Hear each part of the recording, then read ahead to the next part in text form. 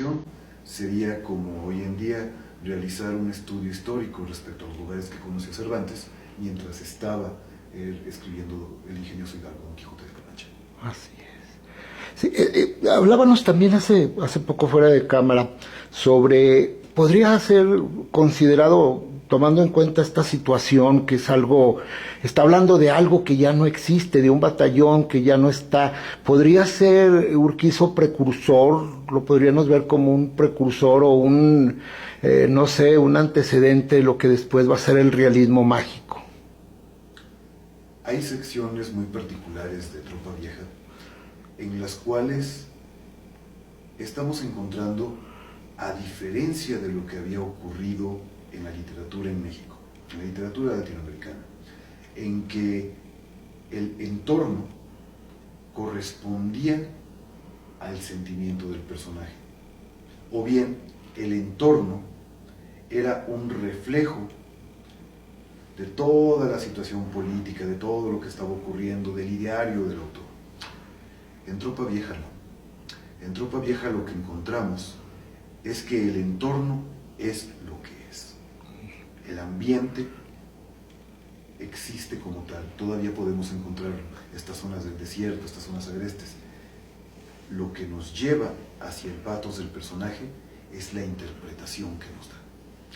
Desde esa perspectiva podemos encontrar que las distintas descripciones principalmente, toda esta cuestión respecto a la vida, respecto a la muerte, la situación de cómo vive cada persona, cuál es el estado de su espíritu ante los diferentes ambientes, ahí es donde podríamos encontrar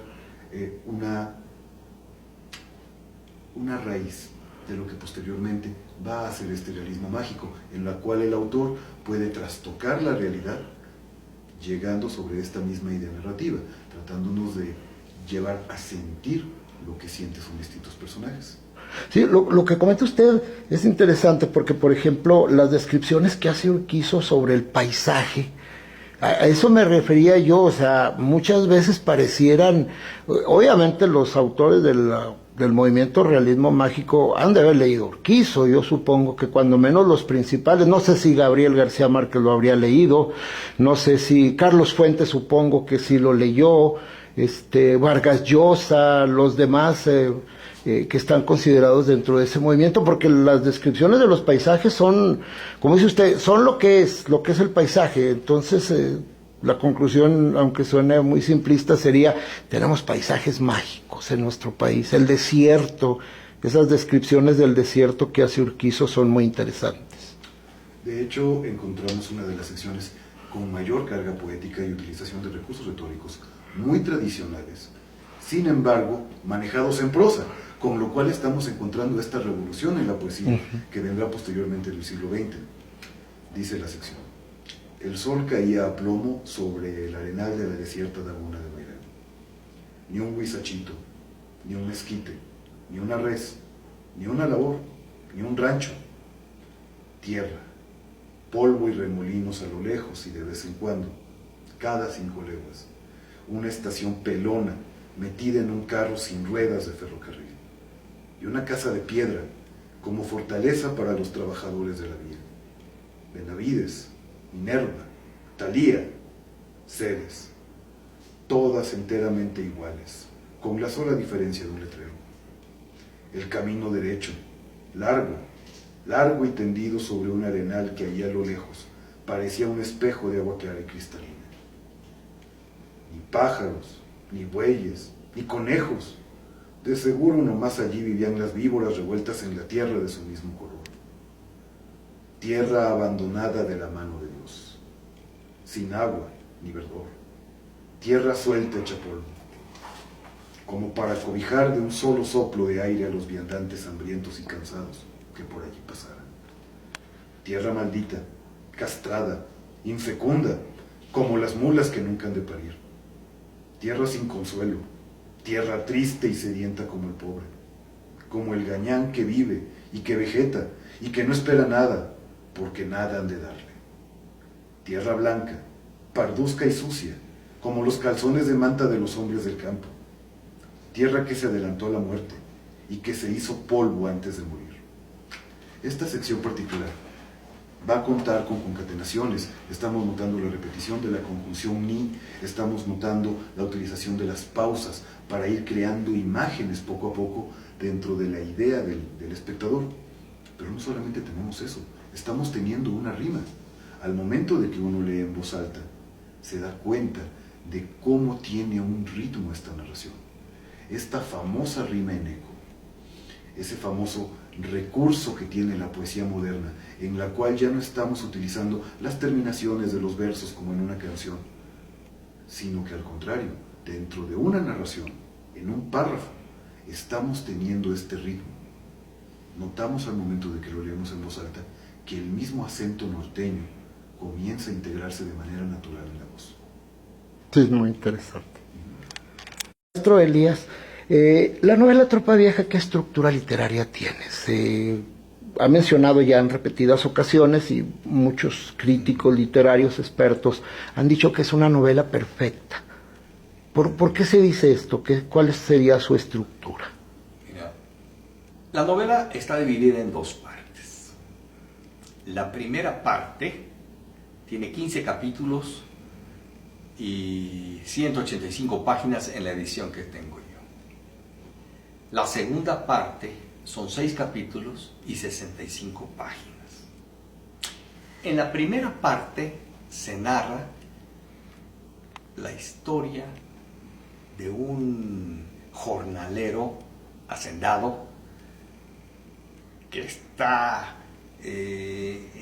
enojado y se rebela contra el hacendado. Le hacen un juicio sumario y entonces empieza el calvario.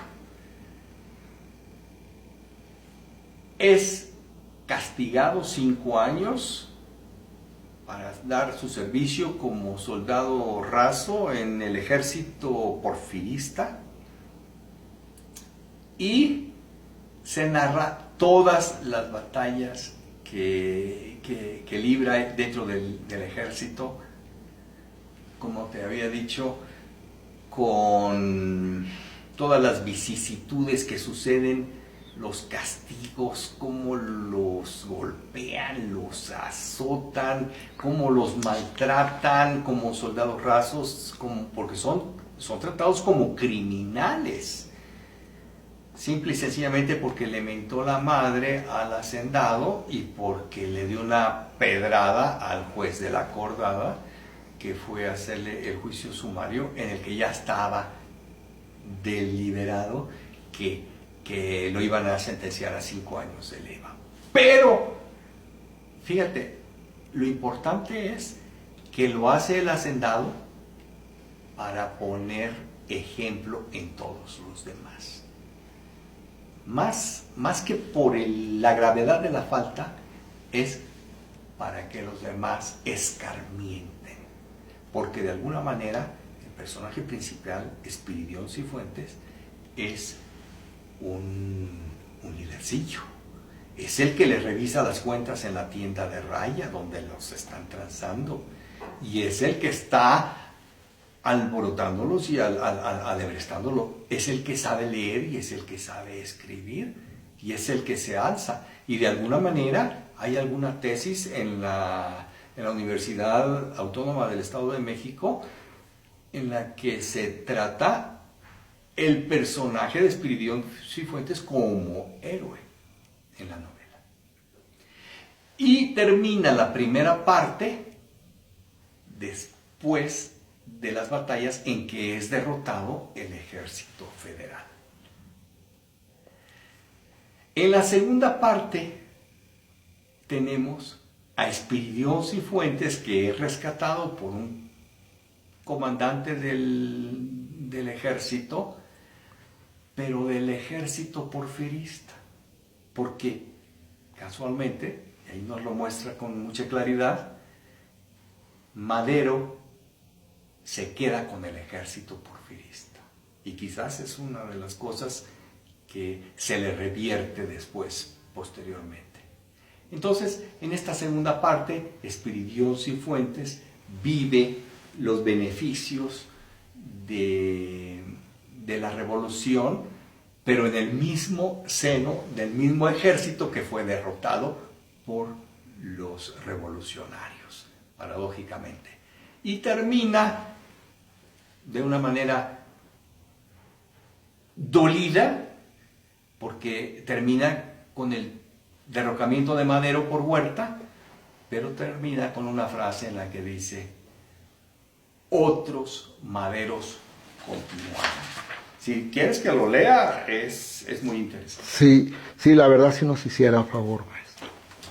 Entonces, Sí, porque también es interesante que Urquizo resuelve la trama narrativa de todos los personajes. Al final de cuentas nos dice qué es lo que le pasa a todos ellos. Creo que también eso es algo notable. mira, entonces es un diálogo. Aquí cuando Sí, esa parte, nos comenta usted el final, el remate de la novela, la verdad, pues hace que la novela sea redonda. sí. Así es. Si lo pudiéramos escuchar, maestro. Entonces, concluye en un diálogo: ¿se acabaron? ¿Quién sabe si sea ahora cuando van a comenzar de veras? Y contesta el otro: todo el ejército está con Huerta. Y contesta Espiridión: el ejército, los agarrados de Leva, pero quedan los libres, los que pelean por su gusto. ¿Tú crees que la gente se va a conformar? Otro Madero saldrá y entonces, ¿quién sabe? Elías, hablábamos de la estructura de la novela, pero el ritmo narrativo de Urquizo, la novela la lee uno en 2 o 3 sentadas, cuando no tienen mucho tiempo, pero yo conozco personas que la han leído en una sola sentada. Porque una de las virtudes narrativas que tiene Francisco Urquizo, y que todo el mundo se lo reconoce, es la capacidad de mantener el interés del principio hasta el fin. La intensidad dramática, el cambio de los escenarios que nos lleva desde el campo hasta la tienda de raya, a las cárceles, al cuartel, a las batallas, a las mujeres que llevan el alimento a sus Juanes, ¿sí?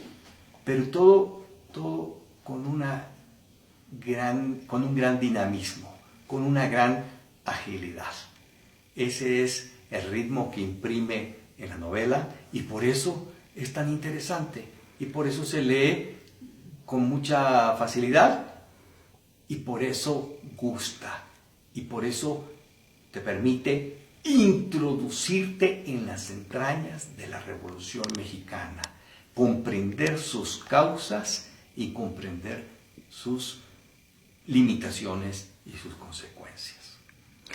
De los personajes femeninos, ¿por qué será tan relevante la aparición de personajes femeninos en la narrativa de Urquizo? ¿Los aborda de una forma muy particular? Muy particular y muy profunda.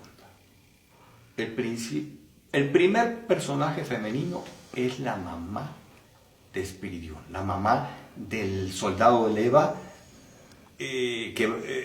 o más bien la mamá del personaje principal, en su dolor, en su pobreza, en su condición. Pero después aparecen las soldaderas, las Adelitas, las Juanas, como le quieras llamar. Pero hay una cosa muy relevante entre las mujeres de Urquizo en relación con otras mujeres de otros escritores relevantes de la narrativa de la Revolución Mexicana. Y es que las mujeres de Urquizo son inteligentes, comprometidas, fuertes, libres al punto que estábamos comentando, que una mujer es capaz de decirle a un soldado que me gustas y quiero contigo, y no son tratadas como en otras novelas, y no digo nombres, como tontas y como sucias y como cochinas. No, son mujeres inteligentes que hacen labores de apoyo a sus hombres, son mujeres que hacen labores de espionaje y que trabajan comprometidas con la revolución. Así es, la verdad, y hay personajes muy simpáticos desde ese punto de vista. Y como dice usted, las labores de espía, el compromiso de la mujer en la revolución, son descripciones muy interesantes. Y en las cárceles. Sí, son las que introducen el contrabando. Y todo. Pero son mujeres muy dignas, muy inteligentes y muy participativas. Sí, por cierto, José Emilio Pacheco destaca este punto del tratamiento que le da a la mujer Urquizo en su obra, principalmente en Tropa Vieja. Así es. Maestro Julio César, ¿qué tiempo gramatical está escrita Tropa Vieja? Hablábamos de las cuestiones técnicas literarias. Literariamente, hablando de la técnica de Urquizo, ¿cómo es el tiempo gramatical de esta obra? Bueno, la novela comienza como memoria. Desde su inicio nos está manejando un pasado, pero es muy interesante el juego que realiza, porque a la vez que nos está diciendo de los hechos que ocurren, nos empieza a manejar también situaciones en presente. No todo fue lo que ocurrió, dependiendo del ritmo narrativo que va manejándose. En ocasiones entran las acciones, los parlamentos y las situaciones como que es una situación presente. En aquel momento empezaron los pelotazos. En aquel momento se encendió el esquitero. Y de repente cambia. Estoy disparando. De repente cambia. Nos escondemos detrás de la trinchera. De repente estallan sobre nosotros las granadas. Y lo está mezclando con este juego de presente y pasado. Sin embargo, es muy interesante cómo lo maneja, porque al tiempo que son estas memorias, al tiempo que está manejando esta narración de hechos que ya ocurrieron, nos empieza a dar la acción, esta narración contundente. Los eventos se siguen uno tras de otro, y tienen este ritmo. Algunos parece que ya ocurrieron y los está recordando, y otro parece que los está viviendo en el momento y los trae a cuenta. Así es. Maestro, de la construcción de los personajes, Tropa Vieja presenta alguna novedad en la narrativa mexicana. Hablábamos de que de cierta manera, hablando en términos literarios, es una novela que podríamos catalogar de cierta manera adelantada a sus tiempos. ¿Tiene alguna aportación en esta materia Tropa Vieja? Bueno, en cuanto a la construcción formalista de los personajes, en cuanto a su función propiamente, vamos a encontrar que el periodista Otamendi es una alegoría de las ideologías de la revolución. Es una alegoría porque es un personaje que ha pertenecido como periodista a este bando, a este grupo de personas que han criticado el régimen porfirista, y por su labor han sido condenados a la ley. Ya sea que en este caso lo mandan a un batallón a la zona lagunera, aunque regularmente era más fácil que fueran a la Yucatán, a los terrenos de exterminio. Desde esa perspectiva tenemos una alegoría muy elaborada de todo este idealismo revolucionario. Podemos encontrar las ideas de los Flores Magón reflejadas en las palabras de este personaje. Entonces, sí, desde el aspecto de personificar una ideología, lo es. ¿Por qué? Porque Urquizo escribe la novela ya pasada la revolución, ya pasado el tiempo de la construcción, de la reconstrucción de México con el Partido Nacional Revolucionario. ¿Qué es lo que sucede? Que todas estas ideas, todo este idealismo, estos personajes que integraron los batallones rojos, laboristas, convencidos de la causa marxista, terminan como el personaje Otamendi. Terminan absorbidos por el entorno. Todo su idealismo, toda su razón, toda su justificación del por qué se realiza una revolución, cuáles son los ideales, los fines últimos de la revolución, al final no importan. Al final lo que se impone es la fuerza. Entonces, Como manejo de una alegoría encontramos eso.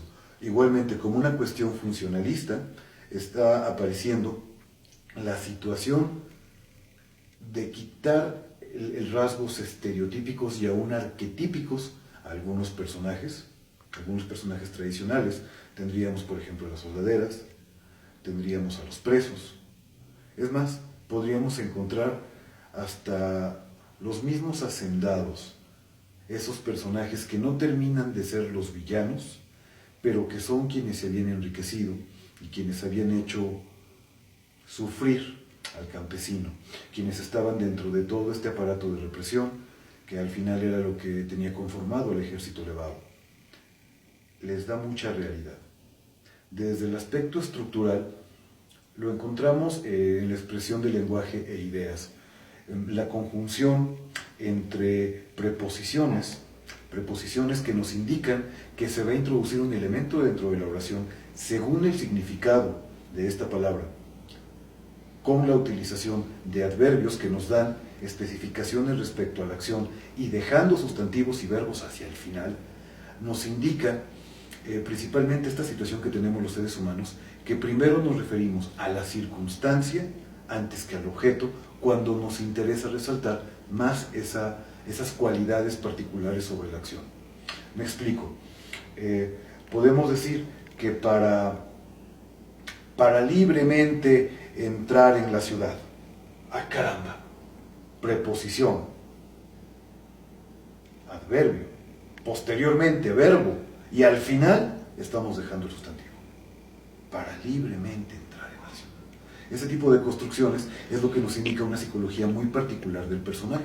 Es parte de lo que nos dice que para tener una verosimilitud se necesita imitar la estructura del pensamiento. En ese aspecto es como podríamos considerar a Tropa Vieja como una obra un poco más adelantada. De hecho, en cuanto a estructura narrativa, también podemos encontrarlo muy similar a Por quién doblan las campanas de Ernest Hemingway, porque estamos encontrando que gran parte de las líneas narrativas que se manejan vienen a partir de la voz de los personajes y de la interpretación de los personajes. Así como el cabo Reinaldo nos platica respecto a la acción de Tomochica. Igualmente, Pilar comenta sobre cómo fue la destitución de los fascistas en su pueblo.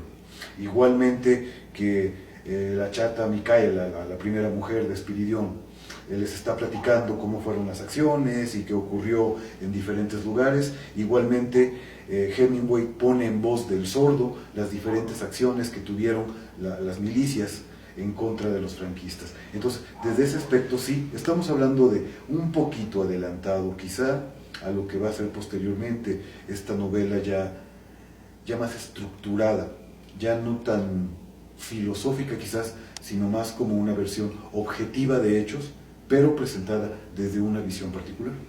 De los personajes, aparte de Otamendi, de algunos de los que ha mencionado, ¿cuáles otros personajes le llamarían la atención a usted por la construcción que hace de ellos Urquizo? Bueno, dentro de ellos tendríamos el tlacuache. Ese tlacuache. El tlacuache es el criminal de poca monta llevado al ejército, mientras que Espiridión es levado. Espiridión es de esos hombres que fueron vendidos para pertenecer al ejército. El tlacuache es un criminal de poca monta, pero es un criminal malicioso, es alguien criado en el lumpen, es alguien que, igual como se porta en el ejército, mismo Espiridión lo narra, marihuano, mal hablado, mal pensado, está en su entorno natural. Igualmente podría ser un rural, igualmente podría ser un hombre libre, igualmente podría ser un monje. En cualquier entorno estamos teniendo que este personaje perverso, hasta cierto punto picante, es muy interesante, sobre todo porque este personaje es el que tiene la premonición de lo que va a ocurrir en la escena trágica. ¿Sería el pícaro la reminiscencia de Lazarillo de Tornes, de ese tipo de personajes, del Pito Pérez en la picaresca? Lo pensaría más como el Buscón de Quevedo. Como el Buscón de Quevedo, más el... Quevedo, sí. Es el criminal de poca monta, no le interesa hacerse rico, lo que va a preferir robarle a un compañero la ración de alcohol que tiene por ahí guardada para él hacer bien la digestión, que robarle los pesos de oro que el otro tiene guardado. Sí, es un personaje sumamente interesante y divertido, porque Urquizo, dentro de las aportaciones que tiene, son esos destellos de humor, que obviamente es un humor, creo que premeditado, obviamente, dentro de su estructura narrativa. Pues de hecho es interesante porque posteriormente lo que se va a tratar en la tragicomedia mexicana, todas estas características que tratan de analizar la historia de México, esos eventos extraños que son imposibles. Pensemos un poco. Madero eligió a Huerta para defenderlo de la sublevación. Solamente en México lo vemos. Bueno, esa misma situación, este mismo tipo de contradicciones, estos contrastes es lo que maneja Urquizo en la novela. Y justamente es eso. Dentro de la tragedia tenemos la comedia. A muchos autores, sobre todo recientes, no les gusta esta cuestión del mexicano que se burla de la muerte. No les gusta esta tradición, por así decirlo, ¿no? de este humor hasta un poco necrófilo, un poco lúgubre y macabro que tenemos como identidad nacional. Principalmente en la generación del crack encontramos críticas muy fuertes, Guillermo Sheridan entre otros. Sin embargo, Urquizo hace gala de esta identidad que posteriormente se va a conformar en el nacionalismo. Podríamos decir que el antídoto a Urquizo fueron todas estas versiones, porque Urquizo dice, no es que me ría de mi muerte, es que me voy a morir. Mejor me voy riendo. Sí. Si me va a llevar, que sea un buen caballo. Sí.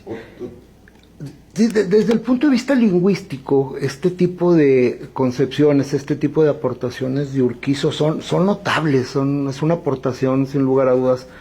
Hay algunas otras diferencias. Hablaba usted de las dos versiones de Tropa Vieja, ¿verdad? En las dos versiones ¿habrá alguna diferencia en el manejo del lenguaje? Sí. Bueno, vamos a encontrar dentro de estos detalles de recopilación lingüística, hay una sección muy particular, que es una carta que envía la madre de Espiridión y la reproduce. ¿Qué es lo que sucede con esta carta? Bueno, primero que nada hay que reconocer que Francisco Luis Urquizo no era un lingüista. Desde el punto en que no era un lingüista, no está manejando el alfabeto fonético internacional, que lo que busca es reproducir los diferentes sonidos que un ser humano puede articular como parte del lenguaje. Entonces, estamos teniendo no solamente este detalle de repetir la fonética, no solamente esto que había comentado del ritmo, que empieza a cargarse en la voz de Espiridión y que nos empieza a hacer sentir esta voz real, este acento norteño, este acento lagunero, ¿no? También estamos teniendo diferentes cuestiones de reproducción en cuanto a la ortografía, que nos hablan al mismo tiempo de cómo se hablaba en este lugar. Es decir, no solamente estamos hablando del ritmo, de esta cuestión poética, de la literación, no. Estamos hablando de esta recopilación de cómo se entendía el lenguaje. Simplemente en esta misma carta vamos a ver flexiones como se me afigura, unido en una sola sección. No estamos utilizando las partículas propiamente, el pronombre se me afigura, no, se me afigura. Estamos notando palabras a donde estamos uniendo expresiones completas, como por ejemplo, traer todos los triquis. Estamos hablando de una manera muy particular de manejar el verbo traer, un poco de herencia nahuatlaca de la zona del norte, pero igualmente la palabra triques, que también la encontramos en otros autores de este tiempo, principalmente Azuela en La Malora, que es aproximadamente del mismo tiempo, utiliza la palabra triques en el diálogo de uno de sus personajes. Azuela, como médico en esta región de Peralvillo, escuchaba cómo hablaba la gente en su lugar y lo reproduce. Urquizo reproduce a su vez cómo se hablaba en su región particular del norte, cómo habla una ranchera. Igualmente vamos a encontrar déjenme ver, una que sea más interesante. Sí, pues estos son arcaísmos que todavía se hablan en la comarca lagunera, en algunas regiones del norte del país. Claro, y estamos encontrando que dentro del estudio diacrónico, dentro de estas diferentes etapas del español, estamos notando justo esta evolución.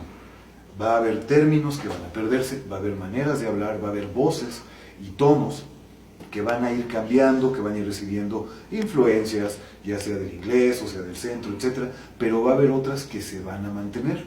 Lo interesante no solamente es recopilar el habla de ese momento. Lo interesante es que a partir del habla de ese momento podemos también encontrar cuáles fueron las hablas anteriores. Cuando empezamos a leer cuadros costumbristas de Vallavispe, o encontramos en Clemencia, cuando habla algún personaje del norte, y también estos autores tratan de recuperar para darle verosimilitud, para darle una voz real a su personaje, encontramos que estas maneras de manejar el español, estas hablas particulares que conforman parte de un dialecto, han ido evolucionando poco a poco. Y estamos encontrando no solamente eso, sino cuáles son los sustratos que influyeron en esta pronunciación en particular. Maestro, esta incorporación del lenguaje popular a una obra literaria formal como es la de Urquizo, obviamente fue criticada por los puristas, algunos puristas, yo considero, pero ¿no será también parte del motivo del éxito popular que tuvo Tropa Vieja? Porque la gente leía.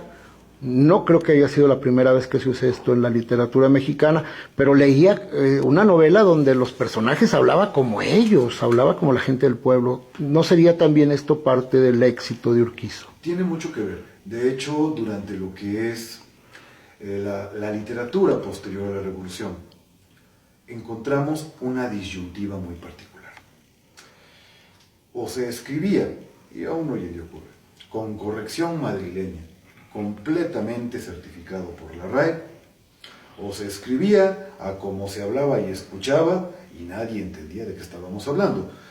Hay casos muy particulares, muy loables en el estridentismo, y hay construcciones poéticas que son fácilmente disfrutables y otras son prácticamente ininteligibles.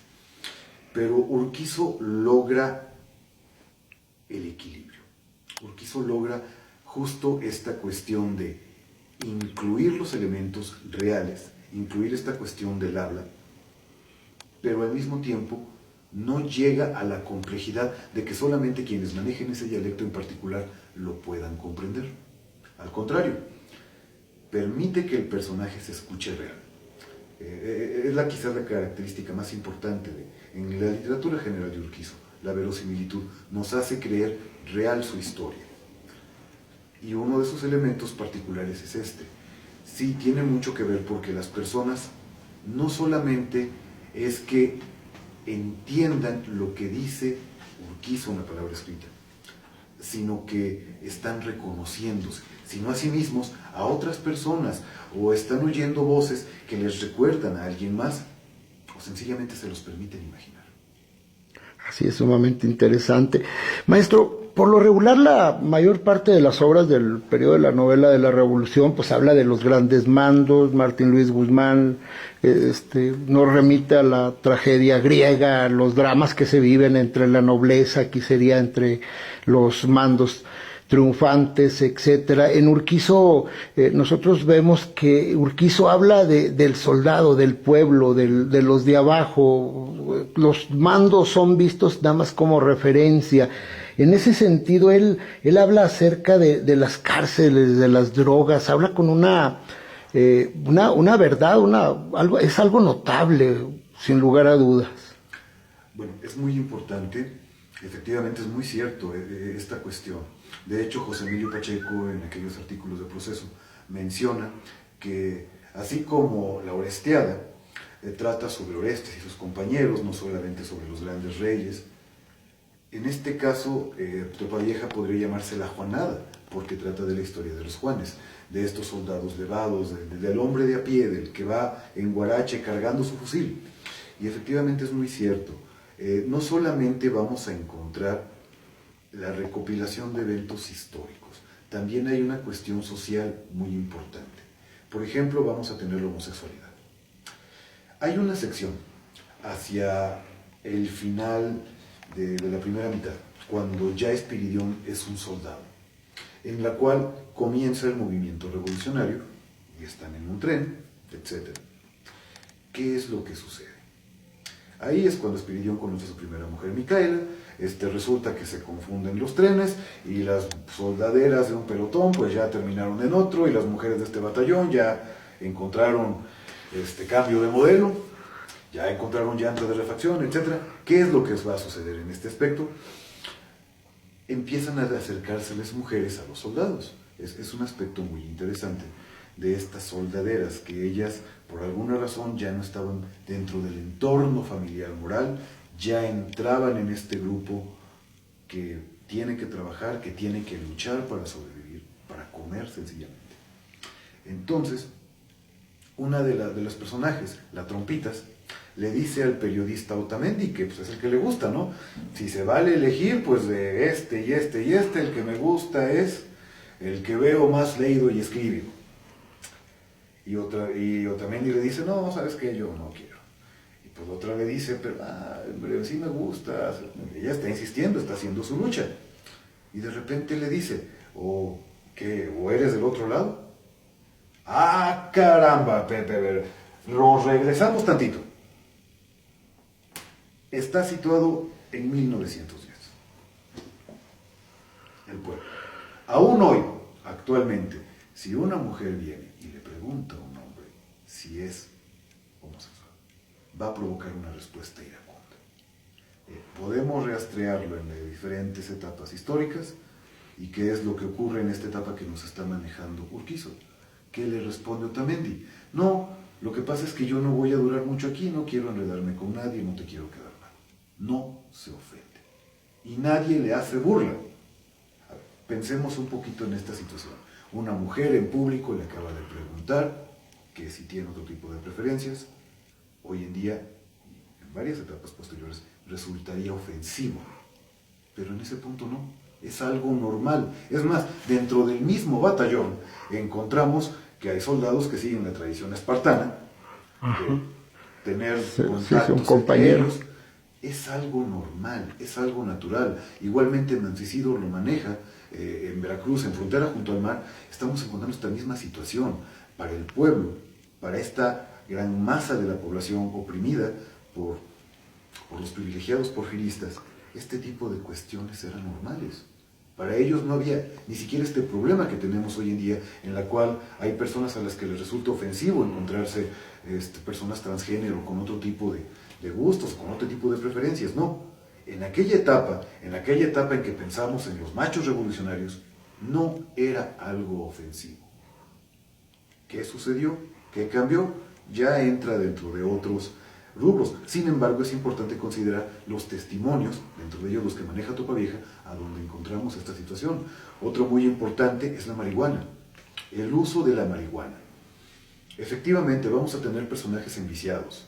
Por ejemplo, Tiagonones. Tiagonones que no solamente no solamente fuma la marihuana, las mezcla, como sucede muy comúnmente hoy en día, y la mezcla entre el cannabis con el alcohol provoca violencia. ¿Qué tanta violencia provoca? Tiagonones mata a 3 reos hasta que es abatido por un disparo de francotirador en el penal de Tlatelolco. E igualmente, ¿qué sucede? Dentro de la tropa es normal que los soldados, para evadirse un poco de toda esta disciplina, de los castigos de los oficiales, o sencillamente porque ya están enviciados por la sensación, fuman marihuana. Mismo Urquizo relata en voz de Espiridión cómo es una alucinación de marihuana y también cómo se quita por medio del trabajo físico y el sudor. ¿Es algo deleznable? Sí. ¿No es algo que recomiende? No. Él mismo se refiere a los marihuanos de una manera despectiva, como personajes débiles, personajes que aún dentro de su mismo ambiente van a ser perversos, que pueden caer en robarle a sus propios compañeros con tal de satisfacer su vicio. Sin embargo, es algo normal, es algo común, es algo que sencillamente se da. ¿Qué es lo que sucede? Saben que tienen un personaje que tiene este tipo de problemas, se cuidan de él. Pero no estamos teniendo este problema de ético, no estamos teniendo otro tipo de situaciones. No es algo que se fomente entre los mismos presos, entre los mismos soldados, lo consideran algo bajo. La marihuana es lo que utiliza la chata Micaela cuando después de un enfrentamiento uno de los soldados está sufriendo dolores terribles y está pidiéndole a sus compañeros que por favor le den el tiro de gracia. Es lo que ella utiliza para quitar el dolor. Para ellos es un recurso analgésico. Pero ¿qué es lo que sucede? Cuando alguien, ese recurso analgésico, esa cuestión que hasta cierto punto quita la hombría, que quita la capacidad de decisión, de voluntad, se convierte en su principal objetivo y ya es un adicto, en ese momento ellos mismos lo aíslan socialmente. Muy diferente a lo que pasa hoy en día, que se tiende a ver como una moda, o como el personaje libre, como el personaje quizás contracultural y digno de imitarse. En aquel momento no. ¿Qué más contracultural puede haber que soldados que son llevados y obligados a arriesgar la vida? Y sin embargo, ellos no consideran que ese tipo de comportamiento sea algo aceptable, tanto como para aislarlo socialmente. Entonces es el retrato concreto de cómo era el ejército de Leva, cómo era el ejército federal, con todos sus vicios y virtudes y defectos. Sabemos que Urquizo estuvo dentro de las tropas maderistas. Posteriormente, cuando viene el ascenso de Madero a la presidencia, pasa al cuerpo de élite, a la Guardia Presidencial. Después del asesinato de Madero, se integra a las tropas carrancistas, pasa completamente al otro lado, pero cuando Carranza triunfa, Urquizo entra a lo que será el ejército moderno, que es todavía lo que queda del ejército federal. Propiamente, Urquizo no conoce de primera mano lo que es el ejército porfirista. Él no lo vive. Él lo vive desde el aspecto del enemigo. Él es el revolucionario que está peleando contra ellos. Pero posteriormente, por su mismo cargo militar, por su misma carrera, tiene contacto con quienes sí lo vivieron. Entonces encontramos que Tropa Vieja justo es una recopilación de muy distintos testimonios, de Juanes, de soldados levados, de oficiales, de cabos, de rurales, de las mismas soldaderas. Urquizo toma estas voces de primera mano y todo eso lo integra dentro de su narrativa para hacer un cuadro lo más cercano posible a lo que fueron las tropas federales de don Porfirio Díaz. Entonces podemos concluir, maestro, que Tropa Vieja, lectura obligada para el que quiera conocer la novela de la Revolución y de cierta manera también la historia de la Revolución. Efectivamente, y yo me atrevería a ir un poco más lejos. Yo me atrevería a creer que Tropa Vieja es una lectura obligada para todo aquel que está interesado en la literatura moderna. Tropa Vieja pertenece a la obra de un autor que empieza a escribir ciencia ficción en la época de oro de la ciencia ficción. Se estrena Metrópolis en Europa. Urquizo escribe Mi Tío Juan. Estamos hablando de que los surrealistas comienzan a manejar todas estas ideas críticas en cuanto a la sociedad, en cuanto al hombre, en cuanto a los vicios. Urquizo escribe Lo Incognoscible.